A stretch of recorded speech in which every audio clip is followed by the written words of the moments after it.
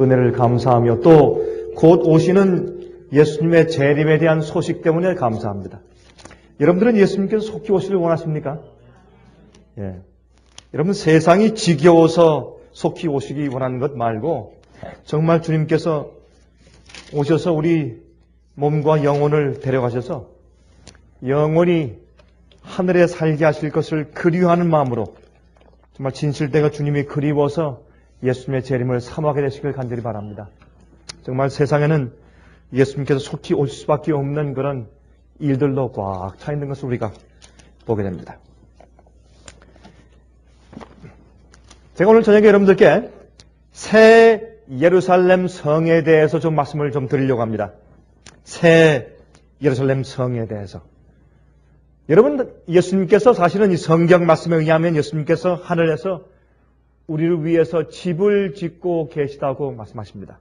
그 집은 하늘 성전을 짓고 있다고 말씀을 하시는데 그것이 교회죠. 영적으로 우리를 위해서 교회를 짓고 계시다고 성경은 우리에게 말씀하고 있습니다. 그래서 예수님께서 지금 하늘에 있는 교회와 성전과 결혼하고 계시다고 설명하죠. 성경은. 그래서 예수님의 어린 양의 신부는 하늘에 있는 새 예루살렘 성이라고 그렇게 성경은 말씀하고 있습니다. 우리 다 같이 요한계시록 4장과 5장에 있는 말씀을 펴서 잠깐 몇 절만 먼저 읽어보도록 하십시다. 요한계시록 4장과 5장에 있는 말씀입니다.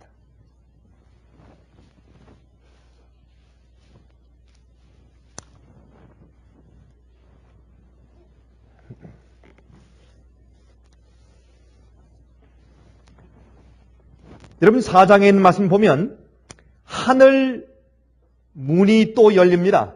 4장 1절에 이 일 후에 내가 보니 하늘에 열린 문이 있는데 내가 들은 바 처음에 내게 말하는 나팔 소리와 같은 그 음성이 가로되 이리로 올라오라 이후에 마땅히 될 일을 내가 내게 보이리라 하시더라. 여긴 이 말씀은 여러분 이 4장과 5장은 7교회와 7인 사이에 있는 삽입구장들입니다. 여러분 흥미있는 것은 가끔 이 요한계시록엔 삽입구장들이 나옵니다. 근데 그 삽입구장들은 한 장면에서 다른 장면으로 넘어가든지 아니면 특별히 6째 인에서 7째 인으로 넘어갈 때 아니면 6째 나팔에서 7째 나팔로 넘어갈 때 아주 그 중요한 시점에서 우리에게 꼭 강조하실 필요가 있는 그런 영적인 사건을 예언하실 때 이 삽입구장들을 가끔 요한계시록 책에 넣어두신 것을 우리가 보게 됩니다. 그런데 이 요한계시록 4장과 5장은 7교회의 예언을 말씀해 두신 다음에 이제 이 7인에 들어가시기 전에 4장과 5장을 펼쳐서 삽입구장을 여기 이제 만들어 주셨는데 이 삽입구장은 무엇을 설명하시느냐면 7교회는 이 예수님께서 성천하신 다음부터 초대교회부터 시작해서 우리 이 시대 7번째 교회인 라오디게아 교회까지 7시대 기독교 역사를 거쳐서 각 교회 그 시대마다의 영적인 상태를 주님께서 보여주시는 것을 말합니다. 주님께서 피를 흘리고 위에서 돌아가신 이 교회가 영적으로 어떠한 경험 가운데 흘러갈 것인가라는 것을 보여주신 것이 7교회의 예언입니다. 7인은 그 똑같은 7교회가 흘러가는 7시대 동안에 각 교회마다 그 7시대 교회마다의 주님께서 그 교회를 심판하시는 말씀이 나오는데 그것이 7인입니다. 근데 다시 말해서 그렇게 타락한 교회들이지만은 그 교회마다 시대에서 주님께서 당신의 참 백성들을 골라내서 인치시는 것을 설명하는 것이 바로 7인에 대한 예언인 것입니다. 그래서 이 인을 떼시는 하늘에 있는 그 사건을 설명해 주시면서 하늘에서 예수님께서 지금 이 각 시대마다의 교회를 펼쳐 보여서 인치시고 심판하시는 그 장면이 하늘에서 실제로 이루어지고 있다는 것을 우리에게 보여주시는 것이 4장과 5장입니다. 그 4장과 5장을 본 다음에 그 다음에 6장에 들어가서 우리가 이제 7인으로 들어가는 것입니다. 그래서 이제 7교회가 흘러가는 모습을 예언을 보여주고 나서 그 다음에 이 7교회를 주님께서 이렇게 가만 놔두는 것이 아니라 주님께서 매 시대마다 주님께서 하늘에서 조사하시고 심판하시며 그 안에 있는 참교회, 7시대 안엔 참된 백성들, 참교회를 인치신다는 사실을 주님께서 4장과 5장에 삽입구장을 넣어서 명시해 주시고 그 다음에 6장과 8장에 가서 7인을 설명하시는 것입니다. 그런데 이 7장이 또 삽입구장인데 7장 삽입구장이 들어있는 이유는 이 주님께서 인을 치시는 그 일에 대해서 좀 더 확실하게 우리에게 이제 말씀해 주시는데 특별히 마지막 시대에 맨 이 세상 마지막 시대에 마지막 교회에 속해 있는 14만 4천을 인치실 때 주님께서 사방 바람을 놓지 말아라 붙잡으라. 왜? 내 종들이 그 이마에 아직 살아계신 하나님의 인을 받지 못했다. 이렇게 강조하시면서 지금 7인 시대는 각 시대마다 주님께서 인을 쳐 나가고 계신 사실을 더 확실하게 보여주기 위해서 7장이 들어가 있는 것입니다. 그러므로 이 4장과 5장은 하늘에서 주님께서 인을 치시는 사업을 시작하시는 그 장면을 우리에게 계시해 보여주신 장면으로 우리가 이해하는 것이 좋겠습니다. 그래서 지금 이 7교회의 예언을 이미 계시 가운데 본 사도 요한이 좀 더 높이 하늘로 올라오라고 지금 초청을 받습니다. 하늘에 올라가서 무엇을 봅니까? 4장에는 하나님의 보좌가 있고 그 주위에 내 생물이 있고 여러분 내 생물은 움직이지 않습니까? 그래서 이 내 생물 자체가 하나님의 보좌 그 자체인 것을 우리가 보게 돼요. 그다음에 주님의 보좌 주위에 24장로가 있고 그렇죠? 그 다음에 천천만만 천사들이 있고 이러한 하나님의 보좌의 그 모습이 이제 기록되어 있는 것을 볼 수가 있습니다. 그런데 여기 보시면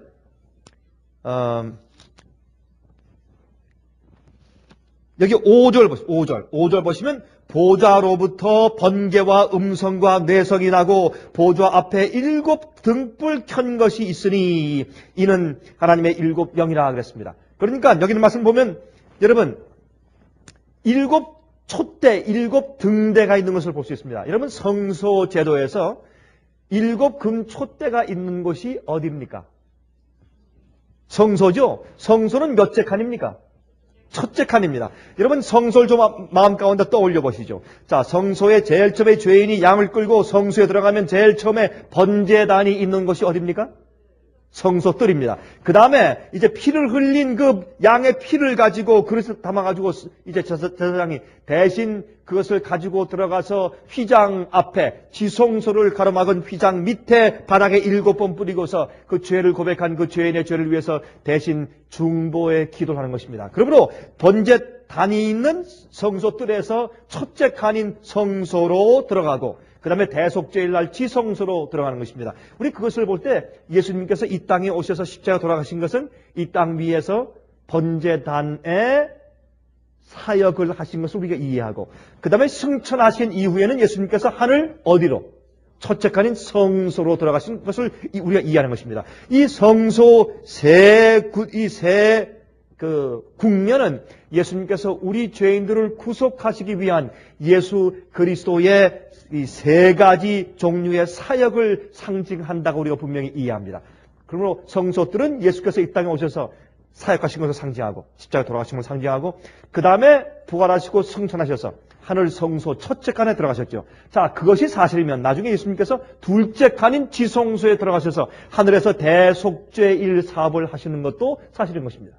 만약 예수께서 이 땅에 오셔서 번제단의 희생의 사역을 하신 것을 믿는다면 하늘에 부활해서 하늘에 올라가서 우리를 위해서 분향단 앞에서 중보에 기도하시는 사역을 하신 것을 믿어야 될 것이며 또한 그것을 믿는다면 예수님께서 나중에 지성소에 들어가서 대속죄 일에 죄를 도말하시는 사업을 하시는 사실도 우리가 이해하고 믿어야 할 것입니다.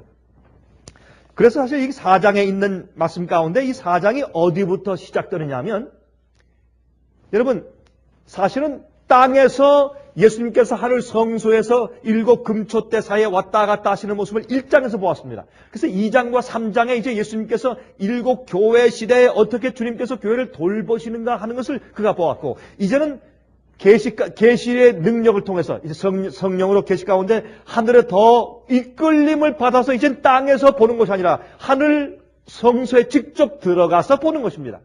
하늘에 열린 문을 지금 들어가서 지금 사도 요한이 계시 가운데 직접 하늘 성소로 들어가서 이 장면을 지금 보고 있는 것입니다. 자, 거기에서 이것이 처음에 시작할 때 이것이 하늘 성소다라고 하는 것을 우리에게 힌트로 알려주시기 위해서 보좌 앞에 일곱 등불 켠 것이 있으니 이렇게 말을 한 것입니다. 자, 여기에 이제 큰 찬송과 하나님께 영광을 돌리는 소리가 납니다. 이것은 심판의 시작입니다. 심판의 전주곡이고 서곡인 것을 우리가 알 수 있습니다. 그 다음에 5장 가서 보세요. 5장에 보면 내가 봄의 보좌에 앉으신 이의 오른손에 책이 있으니 안팎으로 썼고 7인으로 봉하였더라 그랬습니다. 또 봄에 힘이 있는 천사가 큰 음성으로 외치기를 누가 책을 펴며 그 인을 떼기에 합당하냐 하니 하늘 위에나 땅 위에나 땅 아래에 능히 책을 펴거나 보거나 할 리가 없더라. 이 책을 펴거나 보거나 하기에 합당한 자가 보이지 않기로 내가 크게 울었더니 지금 누가 옵니까? 사도 요한이 옵니다. 계시 가운데 옵니다. 왜? 사도 요한은 이 장면을 보면 이게 지금 무슨 장면인지 분명히 이해할 수 있어요. 이것은 유대인들이 이해할 수 있는 장면입니다. 왜요? 지금 성소에서 시작했다가 지성소로 지금 들어갑니다. 5장은 지성소입니다. 4장은 지금 이 계시 가운데서 성령의 은혜를 통해서 지금 하늘로 이끌려 올려감을 당해서 지금 하나님의 보좌를 보는 것입니다. 지금 성소로 들어가서 지금 예수님께서 하나님 보좌 앞으로 나가는 하나님 아버지의 보좌 앞에 지성소로 나아가시는 광경을 지금 보는 것입니다. 나가는데 하나님의 아버지의 손에 오른손에 책이 놓여 있는데 책이 손에 들려 있는데 그 책에 인이 몇 개가 있다고요?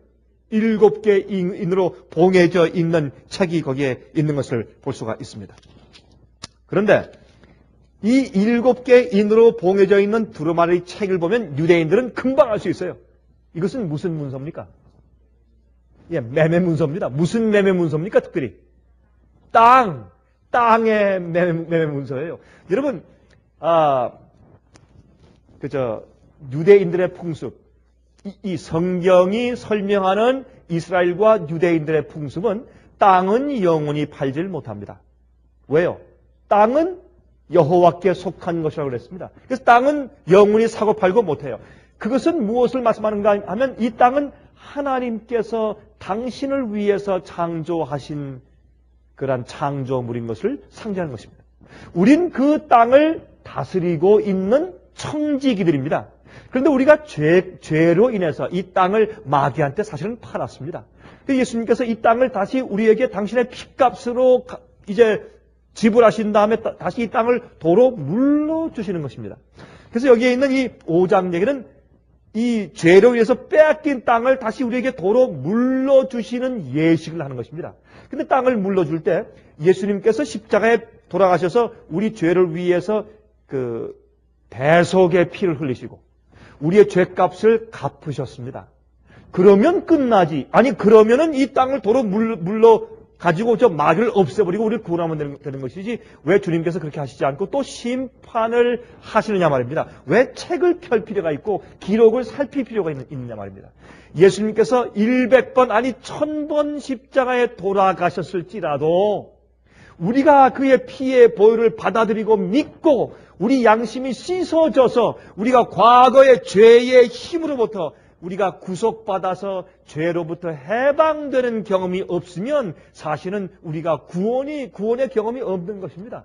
그러므로 예수님께서 아무리 죄의 값으로 이 땅을 도로 물을 수 있는 값을 지불하셨을지라도 그 땅에 살 사람들, 교인들, 교회, 그 교회가 정말 합당하게 영원히 의로운 이 교회에 속할 수 있는지에 대해서 그들을 하나하나 살펴서 심판을 한 다음에 구원하셔야 되는 것입니다. 왜요? 여러분, 이 땅을 물러도 나중에 증인들이 있어요. 왜 이 땅 문서에 인을 붙이는가? 땅을 사고 팔 때 거기에서 그것을 이제 보고 참여하고 증인으로 선 7 그 동네 장로들이 있어요.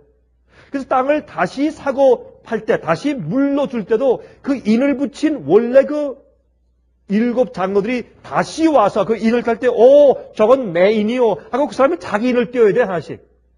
그렇게 해서 자기가 이것은 팔렸는데 이젠 정확하게 값을 다시 치러줘서 도로 물게 되는 것이 합당합니다 라고 증인이 다시 와야 되는 것입니다.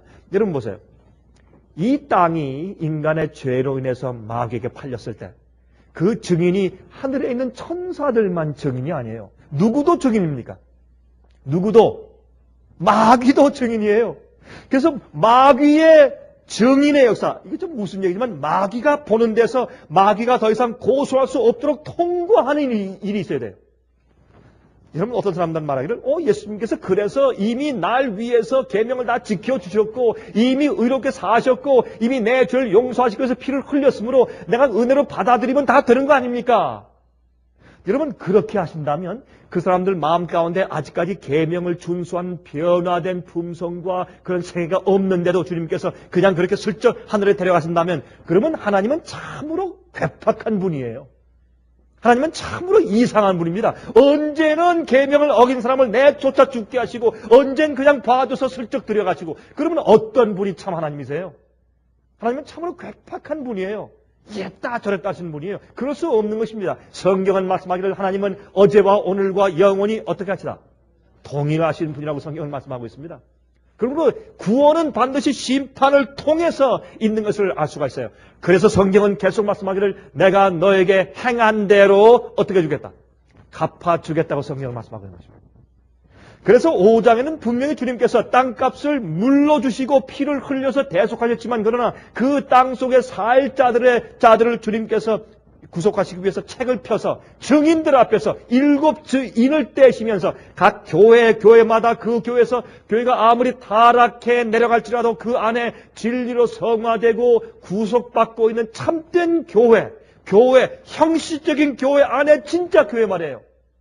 그냥 교회만 왔다 갔다 하면서 문지방만 밟고 있는 백성들 중에서 참으로 성령으로 거듭난 주의 백성들 말입니다. 그 백성들을 주님께서 책을 펴서 다 보여주시고 심판하신단 말입니다. 구원할 자들이 누구며 그들이 왜 구원받아야 할지를 보여주시는 그 심판 사업을 5장에서 설명해 주고 있단 말입니다.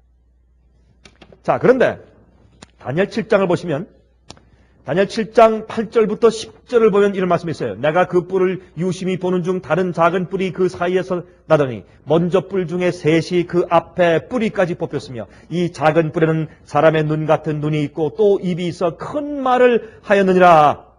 내가 보았는데 왕좌가 놓이고 옛적부터 항상 계신 이가 좌정하셨는데 그 옷은 희귀가 눈 같고 그 머리털은 깨끗한 양의 털 같고 그 보좌는 불꽃이요 그 바퀴는 붙는 불이며 불이 강처럼 흘러 그 앞에서 나오며 그에게 수종하는 자는 천천히요 그 앞에 시위한 자는 만만이며 심판을 베푸는데 책들이 펴 놓였더라 그랬습니다. 여러분 여기에 있는 말씀도 예수님께서 하나님 아버지께서 계신 곳으로 나아가시는 장면이 나오는데 그 앞에 책들이 펴놓여 있어요. 여러분 요한계시록 5장도 하나님 아버지에게 책이 손에 들려 있는데 거기에 7으로 임봉되어 있습니다. 그때 어린 양 예수께서 그 책을 받으시고 책을 펴시며 심판하시기 위해서 그 앞으로 나아가십니다. 똑같은 심판 장면이 다니엘 예언과 요한계시록 예언 가운데 똑같이 기록되어 있는 것을 볼 수가 있습니다. 그래서 이 두 책은 하나며 같은 예언이고 일관성을 가지는 것을 우리가 볼 수 있어요. 그런데 여러분 이 요한계시록 4장과 5장은 그 장면을 조금 더 자세하게 지금 계시로 보여주고 있다 그 말입니다. 다니엘 7장보다. 여러분 지금 이 요한이 계시 가운데 보니까 하나님 아버지의 손에 오른손에 이 두루마리 책이 들려 있는데 거기에 7인이 쳐져 있어요. 그것을 보니까 이것은 틀림없이 빼앗긴 지구를 마귀 손에서 도로 찾아서 물러주시는 땅 문서예요. 이건 유대인만 알 수 있는 특별한 그들의 전통인 것입니다. 풍습인 것입니다. 그래서 그는 누가 저걸 빨리 저 문서를 빨리 손에서 좀 받아서 저것을 띄워줘야 할 텐데 아무리 둘러보아도 저 책을 받을 만한 사람이 없습니다. 그래서 그가 너무 급한 나머지 크게 통곡하며 우는 것입니다. 아무로 이것은 성령께서 요한에게 그때 탄식하며 울며 기도하는 영을 주신 것 같아요. 그래서 그가 웁니다. 여러분이시여 에스겔 9장을 보시면 예루살렘 성중에 있는 가증한 일들을 보고 죄와 악들을 보고 울며 탄식하는 자들의 이마에 무엇하라고요? 이늘치라. 그게 인치는 사업이에요. 그래서 사실 여기 이 앞에서 울고 있는 요한은 마지막 시대 이마에 살아계신 하나님의 인을 표를 받을 자들에 대한 상징이에요. 여러분, 이 경험은 어느 나라에 가든지 있는 것입니다. 이것은 사실은 그 교회가 자행하고 있는 타락상에 자기가 참여하고 있지 아니하기 때문에, 영적으로 그러한 타락한 상태에 있지 않기 때문에 거듭난 백성들이, 성령 안에서 올바로 사는 백성들이, 그들이 교회 안에서 자행되고 있는 세속적인 일들과 잘못된 일들과 죄악들을 보면서 울며 탄식하는 것입니다. 울며 탄식하는 것입니다. 여러분이시여, 가끔 저에게 편지가 옵니다. 어떤 사람들은 교회에서 이러한 일이 지금 벌어지고 있습니다. 목사님, 전 참 마음이 아픈데 사람들은 저보고 너무 까다롭다고 합니다. 너무 그렇게 하지 말고 좀 일반적인 흐름에 같이 동조하라고 말을 합니다. 저는 좀 제가 자꾸 이런 것 보고 이러면 안 된다, 이건 성경지가 아니다 라는 마음 가운데서 얘기하면, 당신은 좀 까다로운 사람이야. 너무 그렇게 지나치게 하지 말라. 극단으로 가지 말라. 좀 적당히 살아라. 남들 다 대다수가 적당히 사는데 왜 너만 그렇게 특별하게 살려고 하느냐, 그런 말을 한다고 답답해서 저한테 가끔 편지가 와요. 여러분들이시요, 이 세상에는 이 세상의 교회의 대중이 가고 있는 조류에 휩쓸리지 않는 울며 탄식하는 자들이 있는 것입니다. 그런데 그 다음에 내가 또 밤 이상 중에 보았는데 인자 같은 이가 하늘 구름을 타고 와서 옛적부터 항상 계신 자에게 나와 그 앞에 인도되매 그에게 권세와 영광과 나라를 주고 모든 백성과 나라들과 각 방언하는 자로 그를 섬기게 하였으니 그 권세는 영원한 권세라. 옮기지 아니할 것이요 그 나라는 패하지 아니할 것이로다. 옛적부터 항상 계신 자가 와서 지극히 높으신 자의 성도를 위하여 신원하셨고, 신원은 무엇입니까? 심판이에요. 심판. 이 심판, 신원한다라고 하는 것은 그들의 억울함을 풀어주는, 변호하는 심판이에요. 여러분, 조사 심판에 두 경우가 있죠. 예수께서 재림하시기 이전에 있는 지금 이루어지는 하늘 성소의 심판 사업은 구원받을 의인들을 변호해주는 조사 심판 사업이요. 예수께서 오신 다음에 천년기 동안 하늘에서 책을 펴서 볼 두 번째 조사 심판은 정말 죄인들과 악인들이 왜 구원받지 못했는지 정죄하는 모습을 보는 심판 사업인 것을 우리가 알 수 있습니다. 그러나 이제 지금 하늘에서 있는 예수님의 사업은 이 성도를 위해서 신원하여 주시는 심판이며, 때가 이름에 성도가 나라를 얻었더라. 이게 뭐예요? 땅 문서를 다 펴서 이러므로 그 안에 살 자들이 이렇게 변호받았고, 그들이 예수 그리스도의 보혈의 피로 깨끗하게 되었고, 또한 성령의 은혜로 죄를 승리하고 그들의 품성이 의로워져서 영원히 살 수 있게 되었기 때문에, 심령이 가난한 자는 복이 있나니 온유한 자는 복이 있나니 그들이 땅을 차지할 것이요. 이런 자들이 준비되었으므로 이들이 영원히 땅을 도로 물러서 그곳에 살 자격이 있다고 심판해 주시는 장면이 바로 이제 계시록 5장이면서, 그래서 예수께서 그 아버지의 오른손에 있는 그 책을 이제 받아서 그 책을 펴시는 것입니다.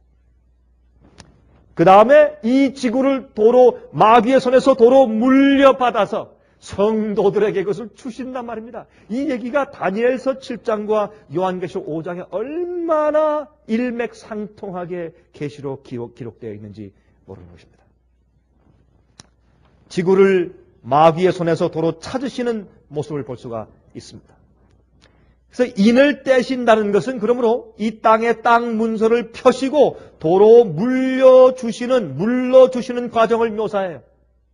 여러분, 성경에서 빼앗겼던 땅을, 아니면 팔았던 땅을 도로 물러주는 예증이 구약 성경에 2번 나옵니다. 어디 나옵니까? 첫 번째, 룻기에. 그렇죠, 룻기에. 나오미가, 그렇죠? 나오미와 남편이 정말 그들이 유대 땅에 흉년이 들어서 살 수 없어서 그 땅을 팔고서 모압으로 이사해 갑니다. 그때 여러분, 그것은 에덴 동산에서 쫓겨나온 것을 상징할 수 있어요. 그때 주님께서 어떻게 해요? 그 모압에서 그 두 아들이 결혼합니다. 남편도 죽고 두 아들도 죽습니다. 교회가 죽었어요. 어디에서? 이방 땅에서. 그 교회를 주님께서 다시 원래 교회 상태로 다시 회복시켜서 돌아오시는 그런 영적인 예정을 위해서 실제 있던 사건을 기록하신 것이 룻기입니다. 돌아오는데 어떻게 돌아와요? 돌아와서 사실은 나오미의 땅을 물려줄 제일 가까운 친척이 있었습니다. 땅을 물려주는 일은 제일 가까운 친척이 해주는 것이죠. 제일 가까운 친척 가운데 돈 많은 자가. 그러나 그 친척이 하길 원치 않으면 그 다음에 가까운 친척이 또 물려줘야 합니다. 이것은 예수님께서 우리의 친척 되시기 위해서, 우리의 형제 되시기 위해서 인간의 모습, 똑같은 모습으로 성육신해 오셔서 우리의 가족이 되신 것을 상징하시죠. 그래서 땅을 물려주는 것은 가장 가까운 친척이 하게 되어 있어요. 그래서 그것은 예수님을 상징하죠. 그런데 이제 나오미의 가장 가까운 친척이 어떻게 해요? 이것을 도로 물려받을 때에, 땅을 도로 물려줄 때 돈만 주면 되는 것 같지만 그것이 아니라 어떻게 해요? 나오미에 있는 식구들도 물려줘야 돼요. 그래서 나오미가 데리고 온 이방인 모압 여인 룻까지 자기 아내로 삼아야 돼요. 예? 기업을 물르는데 그 땅만 물려주는 것이 아니라 그 가족도 받아줘야 돼요. 그러므로 이방에서 데리고 온 그 과부 룻을 자기 아내로 맞아야 할 것입니다. 여러분이시여, 이 일 때문에 가장 가까운 친척이 싫다고 하고 가요. 자기 신발을 벗어서 주고 가요. 그래서 이 보아스가, 그 다음 가까운 친척인 보아스가 어떻게 해요? 룻을 자기 아내로 맞이하고 또한 그 땅도 물려줍니다. 이것은 참으로 잃어버린 바 된 죄인인 우리를 당신의 신부로 삼으신, 이 교회를 당신의 신부로 삼으시는 예수 그리스도의 구속의 행위를 상징하는 얘기입니다. 그것이 룻기예요. 그 얘기가 나오죠. 또 한 가지는 예레미야 32장 나오죠. 여러분, 예레미야 32장 얘기는 어떤 얘기가 있습니까? 거기에 이제 예레미야가 있는데, 예레미야가 자기 조카에게, 예레미야 32장에 보면 이런 말씀이 있어요.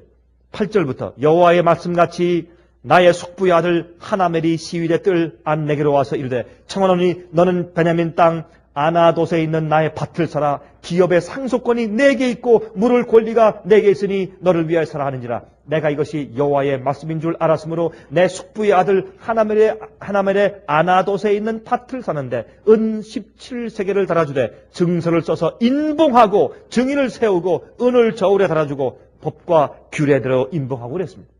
근데 여기에 지금 시대 뜰 안에 내가 있을 때 내 조카가 왔다 그랬습니다. 이게 무슨 말입니까? 그거 지금 붙잡혀 있어요. 올바른 곧바른 진리를 말하다가 지금 어떻게 해요? 왕궁 안에 있는 시대 감옥에 지금 붙잡혀 있어요. 그런데 와서 땅을 좀 물러달라고 부탁합니다, 조카가. 그런데 이 예레미야가 이것은 하나님께로부터 온 말씀인 계시인 것을 알고 그 땅을 물려주기 위해서 은전을 달아서 은전 17색을 달아서 주면서 증서를 써서 거기에 인을 붙이고 땅을 물려줍니다. 이 얘기는 무슨 얘기입니까? 여러분, 이때의 유대 땅은 지금 바벨론 나라가 침공해서 점령당하고 있는 때입니다. 아니, 남의 나라에 지금 다 빼앗겨서 점령당하고 있는 그 시점에 땅을 돈 주고 사서 도로 물려준다? 그 낭비처럼 보여요. 그렇죠? 예수께서 이 땅에 오셔서 우리를 위해 십자가 돌아가신 것은 마치 당신의 고귀한 피를 낭비해 버린 것처럼 보이지만, 그러나 그것은 미래 땅이 물러질 것에 대한 약속이 아닙니까? 마찬가지입니다. 그때 지금 바벨론이 쳐들어온 입장이 있었지만, 그러나 앞으로 예수님께서, 하나님께서 성령 가운데 이 땅을 도로 회복시켜 주실 것을 믿는 믿음으로 땅을 물려줍니다. 땅을 사줍니다. 이게 다 영적인 우리의 구속과 이제 관계가 있는 이야기인 것을 우리가 아는 것입니다. 그래서 여러분, 누가복음 12장을 보시면 35절부터 이런 말씀이 있어요.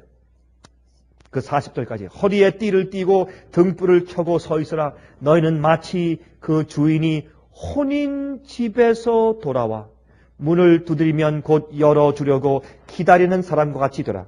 주인이 와서 깨어있는 것을 보면 그 종들은 복이 있으리로다 그랬습니다. 그러므로 여기에 예수께서 말씀하신 이 비유 가운데는 이 주인이 지금 저기 먼 나라로 갔는데 무엇하러 갔다고요? 무엇하러 갔습니까? 결혼하러 갔단 말이에요. 혼인하러. 결혼하러 갔는데 주인이 그 결혼식에서부터 돌아올 때에 돌아와서 문을 두드릴 때 곧 열어주라고 깨어있는 자들은 복이 있다. 그래서 예수님께서 하늘 올라가실 때 너희 마음에 근심하지 말라. 내 아버지 집에 있을 곳이 많도다. 내가 가서 있을 곳을 예비하면 내가 다시 와서 너희를 내게로 영접하여 나 있는 곳에 너희도 있게 할 것이라고 말씀을 하신 것입니다. 예수님께서 하늘에 지금 집을 준비하시는데 그 준비하는 집을 새 예루살렘 성전이라고 말하죠. 그렇죠? 여러분, 근데 그 집은 예수님께서 결혼하시는 신부입니다. 요한계시록 21장 보니까 내가 너에게 어린 양의 신부를 보여주겠다라고 보여주는데 하늘에서 새 예루살렘 성전이 내려오는 것을 보았다 그랬습니다. 신부가 신랑을 위해서 단장한 것처럼 아름답다라고 했습니다. 여러분, 그 당시에 가장 아름다운 것이 아마 결혼식장에 나온 신부 얼굴과 그 쓴 면사포가 가장 아름다웠던 모양입니다. 이 요한이 볼 때 요한이 다른 것으로 표현하지 않고 신랑에게 시집 가기 위해서 결혼식에 서 있는 신부, 화장한 신부가 가장 예뻤던 모양이에요. 아마 이 요한이 결혼식 때 자기의 부인의 모습이 아마 자기가 기억하는 중에서 가장 아름다웠던 모양이죠. 그래서 여러분, 신랑을 위해서 예비한 신부가 단장한 것 같더라. 그렇게 설명했어요. 여러분, 또 그 얘기를 하려면 또 제 집사람 얘기가 나오니까 제가 그만하는 게 좋겠습니다. 이 신부가 단장을 했을 때 잘 예쁜 모양이에요. 그렇죠? 여러분 경험도 그렇습니까? 여러분 그 경험도 그래요? 여기 계신 남자들은 별로 답변이 없으시나요? 근데 사실이 그렇습니다. 그러니까 그 가장 아름다운 모습을 표현하면서 결혼식에 있는 신부 그랬어요. 결혼식에 있는 신부. 그래서 성경은 여러분 그것이 다 사실은 상징적으로 다 맞는 얘기들이에요. 그냥 한 얘기가 아니에요. 왜? 예수님께서 결혼식 하러 하늘에 가 계시니까. 중보 사업은 결혼식이에요. 결혼식 할 때 신부 화장하는 것이에요. 신랑과 결혼하기 위해서 서기 위해서 자기를 준비하는 모습이에요. 그것을 성경에서 지금 말씀하고 있는 것입니다. 그런데 이 성을 예비할 때 말이죠. 그 성을 예비할 때 그냥 통짜로 하나로 짓지 않고 그 안에 알라리 보석을 박아서 지으시는 겁니다. 여러분, 성경은 우리를 뭐라고 불러요? 우리가 뭐라고 부릅니까? 하나님의 무엇이라고? 보석인데 보석은 뭐예요? 보석은 흙이에요? 아니면 뭐예요? 보석은 돌이에요, 돌. 그러면 성경은 우리를 뭐라고 부릅니까? 예수님은 돌이시죠. 반석. 그렇죠? 근데 우리도 무슨 돌이라? 여러분 생각해 보세요. 여러분, 제가 지금 시간이 바뀌어서 정신이 없지, 여러분은 정신이 없잖아요. 다 말이시지 않습니까? 우리를 성경은 무슨 돌이라고 불러요? 무슨 돌? 죽은 돌 반대가 뭡니까? 산돌. 그렇죠? 우리가 산돌같이 신령한 집으로 지어진다 그랬잖아요. 그래서 하늘 성, 예수님께서 내가 지금 너희가 있을 집을 예비하고 지으러 간다. 실제로 망치를 가지고 집을 짓는 게 아니죠. 벽돌로 지으시는 것이 아니죠. 예수님께서 실제로 참 교회를 지으신단 말이에요. 그것은 영적인 상징인데 그것은 이 땅 위에 있는 7 교회들 가운데 있는 참 교회에 속하는 의인들, 산돌들을 골라내서 인을 치고 그 돌들을 하늘 새 예루살렘 성에 하나씩 다 끼워 넣으시는 작업을 하신다 그 말이에요. 그래서 우리가 다 사실은 새 예루살렘 성의 건축물입니다. 우리가 그 속에 포함되는 것입니다. 우리가 교회고 우리가 새 예루살렘 성전인 것입니다. 그것이 성경이 말하는 것이에요. 사실은 그것이 인치는 사업입니다. 인치는 사업이에요.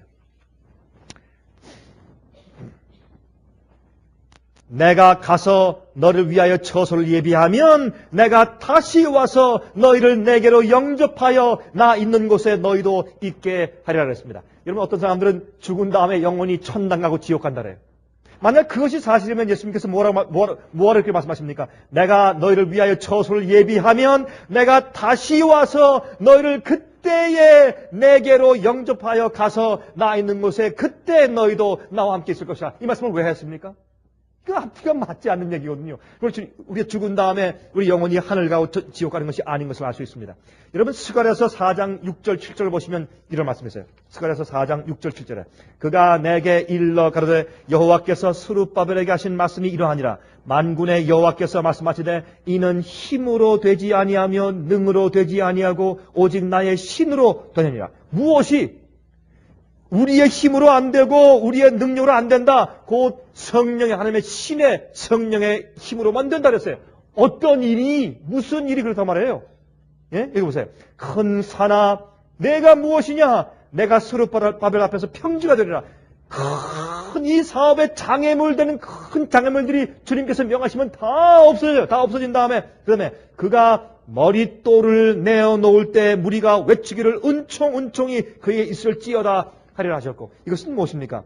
여러분 스가랴서 4장은 하나님께서 성전을 지으시는 데 대한 계시예요. 하나님께서 성전을 지으세요. 그 교회를 참 교회를 세우시는데 그 앞에 장애물들이 많은데 산 같은 장애물이 있을 때 하나님께서 어떻게 명하셔서 그 앞에서 다 없어서 평지가 되게 하시고, 거기에 지금 성전을 지으시는데 어떻게 해요? 하나님께서 맨 마지막에 머릿돌을 넣으실 때 주님의 은총은 은혜예요. grace. 하나님의 은혜로 이 일이 이루어졌구나. 개인적으로 총체 교회적으로 주님의 은혜로 인간의 힘이 아니고 조직의 능력이 아니고 성령의 능력으로 이 일이 이루어졌구나 라고 지금 소리 지르는 것입니다. 머릿돌은 무엇입니까? 예수님께서 모퉁이돌이에요. 예수님께서 모퉁이돌은 돌이 있으면 그 돌을 제일 모퉁이돌을 갖다 놓고서 코너스톤 거기에 위로 오른쪽으로 왼쪽으로 줄을 맞춰서 쭉 지어지는 것입니다. 모퉁이돌이 있어야 성전 건축이 시작이 돼요. 예수님께서 이 교회를 지으시는데 모퉁이돌이에요. 예수님을 맞추어서 위아래로 계속해서 그 줄을 맞춰서 짓는 것입니다. 주님을 따라서 각각 우리가 산돌로 예수님께 연결되는 것입니다. 성령으로 주님의 같은 성품으로 주님께서 믿으신 예수 안에 있는 진리로 하나하나 우리가 쌓여짐을 당하는 것입니다. 산돌로, 죽은 돌이 아니에요. 예수께서 산돌이신 것처럼 우리도 산돌로 거듭나서 영적으로 사는 산돌로, 죄의 노예가 아니라 의의 종이 된 산돌로 우리가 성전에서 지워짐을 당하는 것입니다. 그런데 머릿돌은 성전을 다 지은 다음에 맨 위에 꼭대기에 갔다가 맨 꼭대기에 맨 마지막 머릿돌을 딱 올려놓으면 이제 성전 준공식을 하는 것입니다. 성전 공사가 끝나는 것입니다. 그것은 맨 마지막 교회입니다. 맨 마지막 교회에 준비된 마지막 무리를 올려놓으실 때 그때 성전 공사가 하늘 새 예루살렘의 공사가 끝나는 것입니다.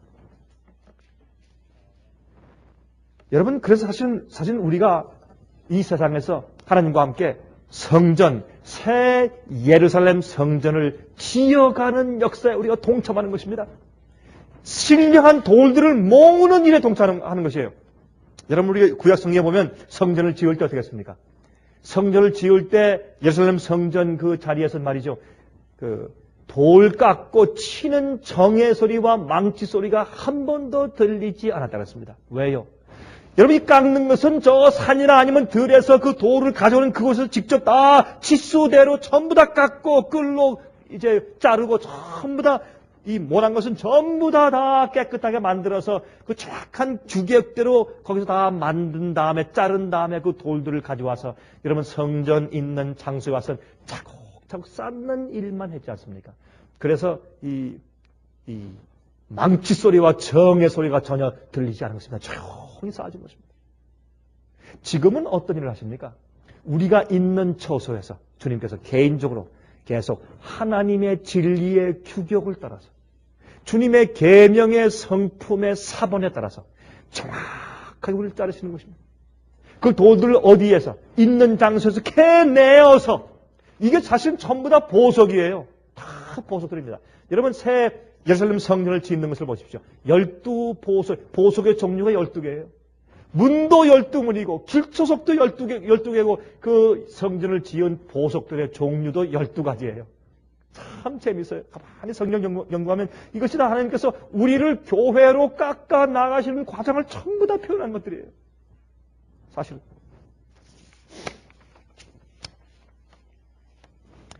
그러므로 베드로후서 2장 1절부터 5절, 베드로후서 2장 1절부터 5절 보시면 다음과 같이 말씀되어 있어요.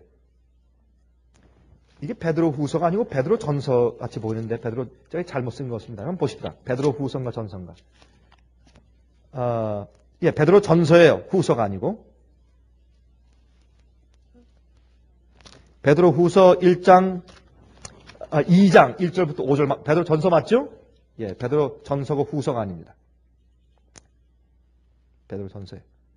근데 여기 말씀하기를 그러므로 모든 악독과 모든 괴율과 외식과 시기와 모든 비방하는 말을 버리고 갓난 아이들같이 순전하고 신령한 젖을 삼아라. 이는 이로 말미암아 너희로 구원에 이르도록 어떻게 하려 함이라. 자라게 하려 함이라.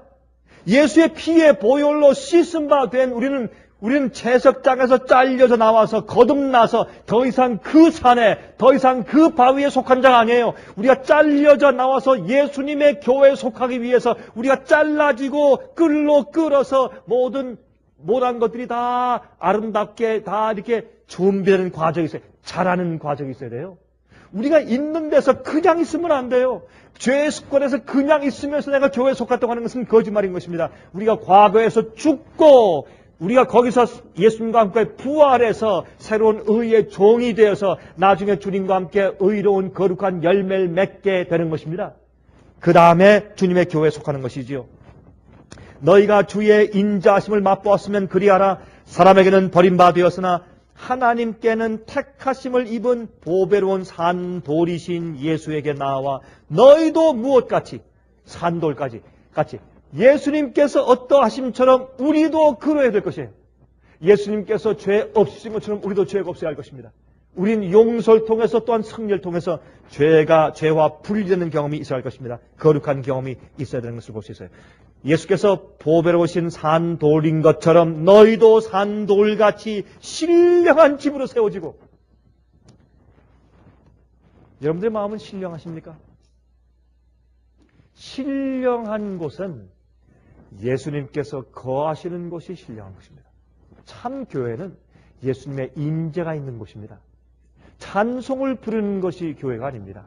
기도만 한다고 교회가 아닙니다. 성경을 읽는다고 교회가 아닙니다. 예수님의 임재가 함께 하는 곳이 교회입니다. 우리는 항상 우리가 모이는 장소가 교회가 되도록 해야 될 것이에요. 내 속에 예수님이 계셔야 교회 안에 예수님께서 거하시죠. 예수께서 거하고 임재하시는 것이 교회예요. 그러한 신령한 집으로 세워지고 예수 그리스도로 말미암아 하나님이 기쁘시게 받으실 신령한 제사를 드릴 거룩한 제사장이 될지니라. 거룩한 제사장. 그래서 여기 보면 예수님께서 하늘에서 참 교회를 짓고 계시는 모습을 볼 수 있습니다. 그 안에 살 자들을 준비시키고 계시는 일이 곧 교회를 짓고 계시는 사업입니다. 근데 무슨 재료로? 산돌로. 근데 이 돌이 뭐예요? 사실 다 보석이에요. 그래서 요한계시록 21장 보시면 읽어봅시다. 요한계시록 21장 18절부터 읽습니다. 요한계시록 21장 18절부터 보면 이런 말씀이 있어요. 그 성곽은 벽옥으로 쌓였고, 여러분 그 새 예루살렘 성전 말고 그 주위의 성곽, 성벽은 무엇입니까? 무슨 옥? 벽옥. 벽옥이 뭐예요? 벽옥은 제스퍼라고 좀 투명하게 보이지만은 파란 색깔의 옥이 옥. 여러분 우리 한국에서 옥비녀 있죠? 옥비녀 또 이 앞에 다른 것을 뭐라 그래요? 이제 여자분들이 옛날에 저고리 입을 때 여기 옥으로 만들어서 여기 앞에 단추 같은 거 달죠? 그걸 뭐라 그래요? 예? 옥비녀이 머리에 꽂는 것인데 이 앞에 하는 거 뭐 있지 않습니까? 하여튼 아주 푸른 정말 이 크리스탈 비슷하게 생긴 푸른 종류, 그것을 제스퍼, 벽옥이라고 부릅니다. 그러니 얼마나 아름다워요. 여러분 성경을 보니까 성경에 하나님께서 지으시는 것은 전부 다 투명해요. 다 안에서 밖을 볼 수 있고 밖에서 안을 들여다볼 수 있는 투명한 것입니다. 속에 무엇을 감추고 있는 사람들은 하늘에 갈 수 없습니다. 우리가 우주나 사람들 앞에 있는 그대로 전부 다 정나나하게 자기를 펴서 보일 때 그때 부끄러움이 없는 자들이 하늘에 갈 것입니다. 만약에 주님께서 지금 우리 이마에 말이죠. 이 컴퓨터 스크린처럼 우리 이마에 큰 한 15인치짜리 저 멀리서 이렇게 보면서 안녕하시오 하고 손을 흔들면서도 보면서 읽을 수 있도록 큰 한 15인치짜리 스크린, 우리 이마를 딱 넓게 이마를 만들어서 15인치짜리 스크린처럼 큰 모니터를 만들어서 다 달아주어서 우리가 생각하는 생각이 말이죠. 우리가 마치 타입을 친 것처럼 여기 글씨로 쫙 지나가게 만들어서 우리가 계속 산다면 아마 부끄러워서 사람들 못 만날 사람들이 태반일 것입니다. 어떻게 만날 것이야? 안녕하십니까? 악수할 때, 당신 정말 그렇게 생각하는 거야? 이렇게 할 텐데. 당신 나한테 그런 감정이 있었어? 이렇게 할 텐데. 지나가는 그 비밀스러운 생각이 전부 드러날 때 어떻게 우리가 하나님의 보좌 앞에 설 것이냐 말이에요. 이것은 예수 그리스도의 보혈의 은혜로 씻음받은 자만 설 것입니다. 양심이 씻음받고 또한 성령의 은혜와 내재를 통해서 내 속에 있는 죄의 본성이 다스려지는 자들만 그곳에 설 것입니다. 그런 자들에게 주님께서 이 썩지 않은 불멸할 본성을 주실 것이에요. 죄의 본성이 영원히 없어지고, 그런데 그 성은 정금인데 맑은 유리 같더라. 여러분, 정금은 무엇입니까? 순금이에요, 순금. 순금인데 금이 너무나 순금이기 때문에 맑은 유리처럼 아주 맑아서 투명하게 보여요. 여러분, 맑은 유리 같아 투명하게 보여요.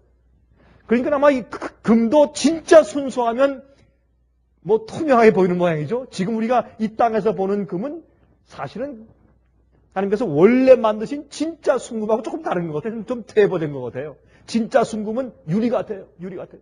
그래서 하늘 성전을 지우는 모든 재료는 보석은 보석인데 전부 투명한 것들이에요. 다 들여다볼 수 있는 것들이에요. 이것은 뭘 상징합니까? 우리의 겉의 행동과 우리 마음의 생각과 동기 같은 사람들 말하는 것이에요. 그런 자들이 산 돌이에요. 예수님께서는 그 예수님의 마음에 있는 생각들과 겉에 있는 행동이 똑같은 분이었어요. 여러분, 예수님은 은큼한 성질이 없는 분이었어요. 은큼하다. 또 속과 겉이 다르다. 예수님께서 겉으로는 온유하고 겸손하게 다 외교적으로 말씀하셔도 속엔 딴 생각을 품은 분, 그런 분을 우리가 상상할 수 있겠어요? 그게 안 되는 것입니다. 이것이 예수께서 성령을 통해서 우리 속에 이루시는 거룩한 사업입니다. 마음이 청결한 자는 복이 있나니 저희가 누구를 볼 것이요? 하나님을 볼 것이요. 하나님을 볼 것이요. 마음이 깨끗해야 돼요. 우리가 죄의 유혹을 받을 수 있지만은 죄를 우리 마음 가운데 품을 필요 없습니다. 이번에 가니까 중국에 있는 한 목사님이 그 질문을 해요. 그 질문을 하길래 제가 설명했습니다. 여러분, 자유주의 신학과 잘못된 복음에 대한 이해와 참된 복음에 대한 이해를 설명하면서 제가 그 얘기를 해주었습니다. 우리 머리 위로 새들이 지저귀면서 자꾸 지나다니는 것을 우리가 막을 수는 없어요. 그러나 그 새가 우리 머리에 앉아서 둥우리를 치는 것은 막을 수가 있다? 그렇죠?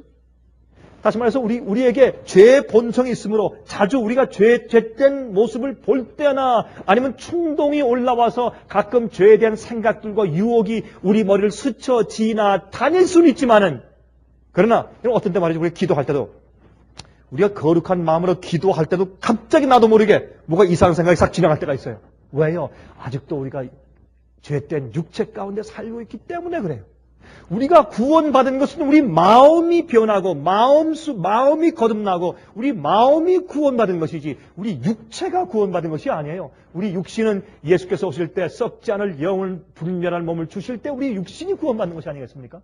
그러므로 사도 바울은 내가 이 썩어질 이 몸에서 벗어나서 내가 영원한 몸을 장막을 덧입기를 내가 사모한다고 말했어요. 여러분도 그러하지 않습니까? 자꾸 건망증이 생기면서 머리가 희끗해지면서, 여러분 머리가 휘어지는 분들은 저를 보시면서 위로받으시기 바랍니다. 그렇죠? 여러분 마음껏 자꾸 그래도 여러분 우리 몸이 이렇게 퇴폐하고 이젠 다리가 아프고 조금만 서 있으면 다리가 아프고 무릎이 아프고 말이죠. 예? 자꾸 또 류마티스가 생기고 신경통이 생기고 어깨가 아프고 할 때, 여러분 점점 약해질 때 우리가 하늘에서 내려오는 썩지 않을 영원한 몸으로 덧입기를 사모하죠. 우리가 이 육신 가운데 있어요. 그러나 우리가 무엇을 가져야 돼요? 마음이 청결해야 돼요. 마음은 무엇이에요? 우리 생각과 동기와 계획과 감정들이에요. 내가 악한 감정이나 나쁜 생각이 들어온다고 할지라도 그것은 막을 수 없어요. 우리가 죄된 육체 가운데 살기 때문에 그것을 예수님의 이름으로 저지하세요. 마귀를 저지하세요. 마귀를 막으세요. 노하세요. 성령의 은혜와 능력으로. 그런 다음에 마음을 깨끗하게 청결하게 유지하세요. 그것이 그리스도인입니다. 그 정결하고 깨끗한 산돌들이 하늘 참된 교회의 일원으로 거기에 박히는 것입니다. 그 일을 예수님께서 하늘을 위해서 지금 하시고 있기 때문에 그것을 지금 하늘 새 예루살렘 성과 신부와 함께 혼인 예식에 지금 결혼 예식을 하고 있다고 성경은 설명하고 있어요. 그것이 조사하고 심판하는 사업이에요.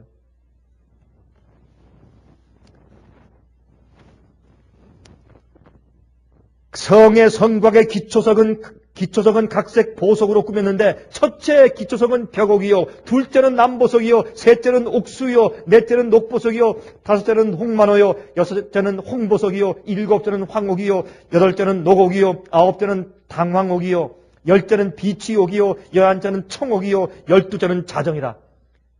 읽기도 힘들어요. 본 적도 없고.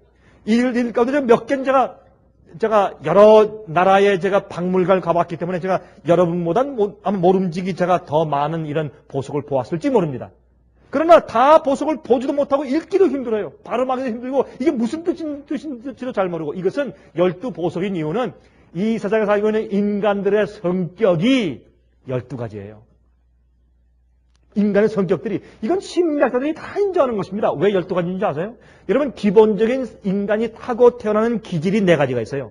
그것은 제일 처음에 멜랑콜리, 플래그매틱, 생귄, 콜레릭, 이 4가지 종류가 있어요. 심리학적으로. 그것을 혹시 우리가 또 이 혈액형으로 A형, B형, 또요 O형, 또 AB형 그러지 않습니까? 이게 4가지가 있어요. 그런데 이 4가지는 예를 들어서 멜랑콜리는 그 속에 멜랑콜리만 있는 게 아니라 플래그매틱과 생긴과 콜레릭 성격이 또 다 조금씩 섞여 있어요. 또 플래그매틱은 플래그매틱 성질만 있는 것이 아니라 멜랑콜리와 생긴과 콜레릭 성격이 또 조금씩 다 섞여 있어요. 그러므로 한 성격 속에 다른 3가지 성격이 또 조금씩 다 들어있기 때문에 계산하면 얼마예요? 전부 다 12가지 성격이 있는 셈이 돼요. 여러분, O형, AB형도 A형 속에 B형과 O형과 AB형이 조금씩 다 들어있어요. 한꺼번에. 또 O형 속에 또 다른 A형, B형, AB형이 조금씩 다 들어있고, 한 가지 피만 순수하게 있는 것이 아니에요. 우리 한국 사람들이 배달의 민족 100% 우리 한국인. 그러나 우리 피 속에 조금씩 다른 성격이 다 섞여 있는데, 그 중에서 내 성격이 어떤 종류가 특별하게 강하기 때문에 그 성격이다 하는 것이죠. 내성적인 사람 속에는 외성적인 성격이 있지만은 내성적인 성격이 더 지배적이기 때문에 내성적이라는 것이에요. 이런 식으로 우리 기본적인 인간의 성격 자체가 12가지가 있어요.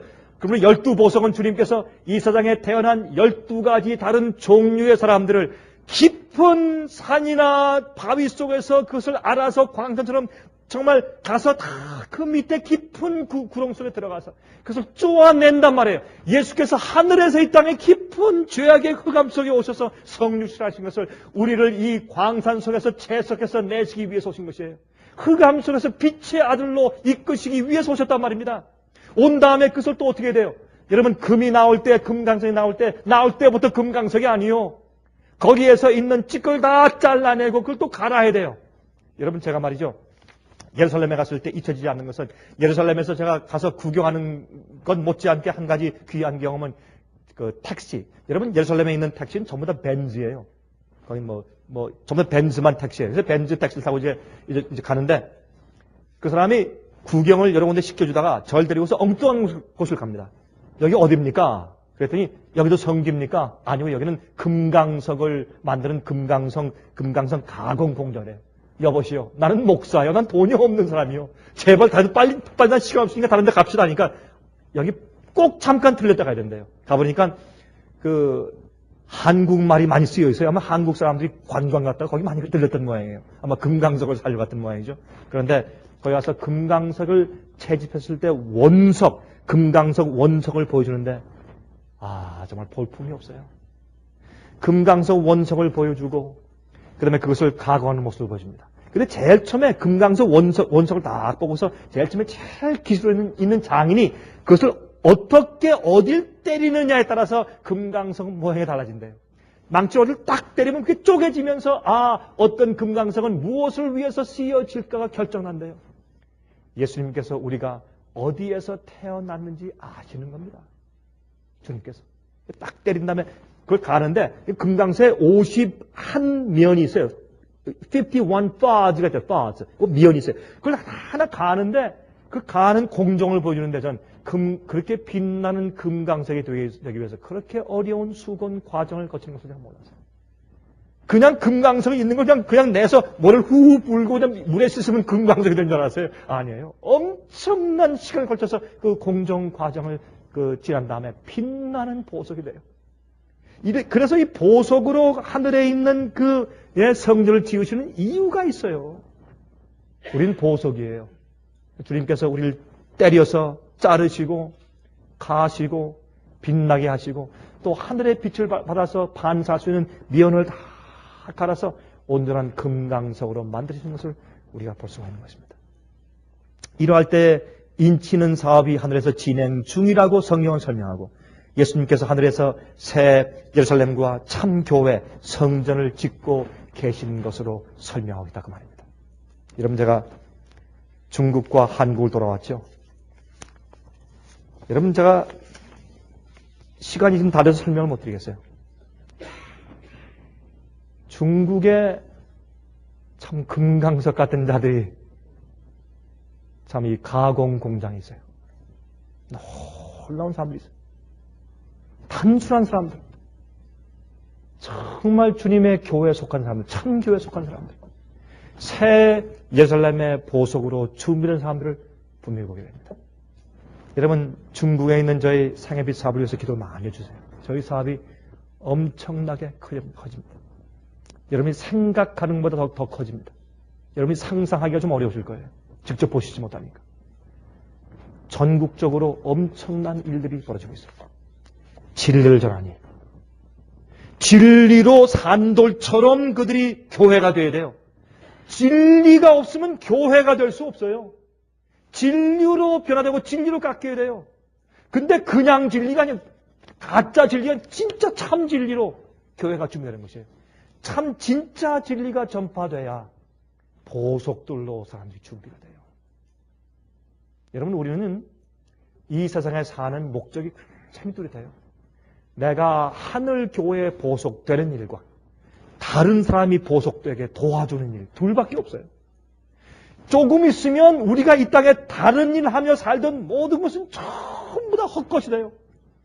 전도서는 말하기를 내가 하늘에서 받은 지혜까지도 내가 부린 건 아무것도 아니다. 지혜로운 사람이나 우매한 사람이나 결국엔 똑같이 죽고 아무것도 아니다. 마지막엔 하나님의 계명을 지키는 일밖에 우리에게 중요한 것이 없다. 라고 끝내는 것이 무엇입니까? 전도서입니다. 우리 생애 가운데서 제발 지금 다른 데서 전부 다 주님께서 이모저모해서 이곳저곳에서 채광해서 주님께서 그 돌들을 다 하늘 교회를 위해서 거기에 끼어 맞출 살돌로 준비시킬 때 여러분과 제가 거기에 꼭 빠지지 않게 되시기를 간절히 기도합니다. 하늘에 계신 우리 아버지, 우리가 성경에 말씀하신 것처럼 보배롭고 산돌이신 예수님처럼 우리도 산돌되어 하늘 성전의 한 구석을 차지하기를 간절히 원합니다. 저희 속에 죄를 씻으시되 우리 양심 속에 있는 모든 죄의 습관을 씻어서 굴복케 해주시고 우리 마음을 정결케 해주시길 기도합니다. 주님, 우리 생각을 깨끗하게 해주시옵소서. 우리의 감정과 느낌들을 깨끗하게 해주시옵소서. 우리가 타고난 성질들에서 저희를 구원하여 주시옵소서. 그래서 우리가 참으로 깨끗하고 정결한 보석처럼 하늘에 들어가게 하시옵소서. 주님, 이 시에 우리가 분명히 믿습니다. 주님께서 의로운 자들을 인치고 계신 사실을 믿습니다. 많은 사람들이, 많은 교회들이 이 사실을 이해하지 못한 채 참으로 엉뚱한 잘못된 평안 속에 살고 있는 것을 보게 됩니다. 주여, 저희를 정말 도와주셔서 산돌되게 하시고 하늘교회에 속하게 하시고 또한 다른 영혼들이 그렇게 될 수 있게 도와주는 일을 할 수 있게 도와주시옵소서. 주님이시여, 우리가 이 땅에 사는 목적이 무엇인지를 분명히 알게 하시며 우리가 영혼들을 위해서 기도하게 하시고 또한 그 영혼들을 참으로 만나서 주 앞에 이끌 수 있는 기회들을 저에게 주시기를 간절히 기도합니다. 주님이시여, 바울 사도께서 기도한 것처럼 저희들 위하여서도 천도의 문들을 열어주시고 주께서 성령으로 있게 하신 열매를 딸 수 있게 허락하여 주시옵소서. 예수 그리스도의 거룩하신 이름을 의지해서 간절하게 기도하옵나이다. 아멘.